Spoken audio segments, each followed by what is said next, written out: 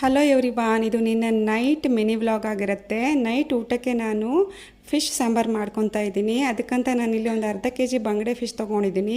ಹಾಗೆ ಇಡೀ ತೆಂಗಿನಕಾಯಲ್ಲಿ ಒಂದು ಮುಕ್ಕಾಲಷ್ಟು ಕಾಯಿನ ತೊಗೊಂಡಿದ್ದೀನಿ. ಒಂದು 2 ಟೇಬಲ್ ಸ್ಪೂನ್ ಕೊತ್ತಂಬರಿ, 1 ಟೇಬಲ್ ಸ್ಪೂನ್ ಜೀರಿಗೆ, 1 ಟೀ ಸ್ಪೂನ್ ಕಾಳು ಮೆಣಸು, ಒಂದು ಸ್ವಲ್ಪ ಅರಿಶಿನ ಪುಡಿ, ಒಂದು 10 ರಿಂದ 12 ಮೆಣಸು, 7 ರಿಂದ 8 ಬೆಳ್ಳುಳ್ಳಿ ಹೆಸರು, ಹಾಗೆ ಒಂದು ಲಿಂಬೆಹಣ್ಣು ಗಾತ್ರದಷ್ಟು ಹುಣಸೆ ಹಣ್ಣು, ಹಾಗೆ ಇಡೀ ಒಂದು ಈರುಳ್ಳಿ ಕಟ್ ಮಾಡಿ ಹಾಕ್ಕೊತಾ ಇದ್ದೀನಿ. ಇಲ್ಲಿ ಯಾವುದನ್ನು ನಾನು ಫ್ರೈ ಮಾಡ್ತಾ ಇಲ್ಲ, ಹಸಿ ಖಾರನೇ ನಾನು ಗ್ರೈಂಡ್ ಮಾಡ್ಕೊತಾ ಇದ್ದೀನಿ. ಸೊ ಅದಾದ್ರ ಮೇಲೆ ಅದಕ್ಕೆ ಜೊತೆಲಿ ನಾನು ರಾಗಿ ಮುದ್ದೆಗೆ ರೆಡಿ ಮಾಡ್ಕೊತಾ ಇದ್ದೀನಿ.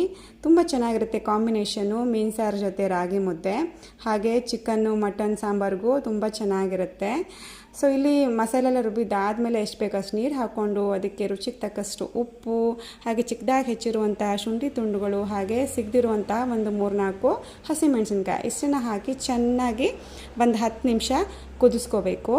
ಅದಾದ್ರ ಮೇಲೆ ಅದಕ್ಕೆ ಫಿಶನ್ನು ಹಾಕ್ಕೊಂಡು ಇನ್ನೊಂದು 5 ನಿಮಿಷ ಕುದಿಸ್ಕೊಂಡ್ರೆ ಟೇಸ್ಟಿಯಾಗಿರೋಂತಹ ಬಂಗಡೆ ಫಿಶ್ ಸಾಂಬಾರು ರೆಡಿ ಆಗಿಬಿಡುತ್ತೆ. ನಮ್ಮಲ್ಲೆಲ್ಲ ಈ ರಾಗಿ ಮುದ್ದೆ ಎಲ್ಲ ಕಡಿಮೆ, ಆದರೆ ನಾನು ನಮ್ಮನೇಲಿ ಮಾಡ್ತಾ ಇರ್ತೀನಿ ಯಾವಾಗಲೂ. ನನಗೆ ತುಂಬ ಇಷ್ಟ, ಜೊತೆಗೆ ನಮ್ಮನೇಲಿ ಕೂಡ ಎಲ್ಲರೂ ಇಷ್ಟಪಟ್ಟು ತಿಂತಾರೆ. ಈ ರೀತಿ ಚಿಕನ್ನು ಮಟನ್ನು ಫಿಶ್ ಸಾಂಬಾರು ಮಾಡಿದಾಗ ನಾನು ಆವಾಗವಾಗ ರಾಗಿ ಮುದ್ದೆ ಮಾಡ್ಕೊತಾ ಇರ್ತೀನಿ. ತುಂಬ ಚೆನ್ನಾಗಿರುತ್ತೆ ಈ ಕಾಂಬಿನೇಷನು. ಅದು ಅಲ್ಲದೆ ಇವಾಗ ಬೇಸಿಗೆಗಾಲದಲ್ಲಂತೂ ತುಂಬಾ ತಂಪಿರುತ್ತೆ ಬಾಡಿ, ರಾಗಿ ತುಂಬ ತಂಪು, ಹಾಗಾಗಿ ಅವಾಗವಾಗ ಮಾಡ್ಕೊಂಡು ತಿಂದರೆ ತುಂಬ ಒಳ್ಳೆಯದು ದೇಹಕ್ಕೆ. ಸೊ ಫೈನಲಿ ರಾಗಿ ಮುದ್ದೆ, ಟೇಸ್ಟಿಯಾಗಿರೋಂಥ ಫಿಶ್ ಸಾಂಬಾರು ರೆಡಿ ಆಯಿತು.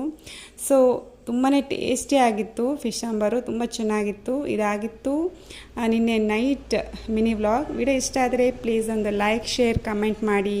Thank you for watching. Bye.